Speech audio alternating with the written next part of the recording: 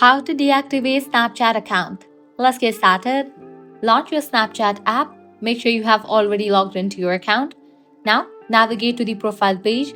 For that, click on the Bitmoji icon given at the top left corner. Now click on the settings icon. Once you're over here, you're going to find different options over here. Find the option delete account. Once you find it, click on it. You might find this option under my account section. After you open this option, now you'll need to provide your Snapchat account's credentials again, email address or username, and the password. Once you type in the credentials of the account that you want to deactivate, click on next. Your account will be deactivated, which means friends won't be able to contact you on Snapchat. You'll also lose any chats you have saved and any snaps and chats you haven't opened.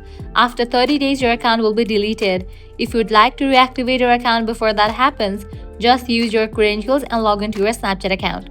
Click on continue, and just with that your account will be deactivated. So this way you can easily deactivate Snapchat account. If this guide was helpful, don't forget to like, share and subscribe to our channel. Thanks for watching.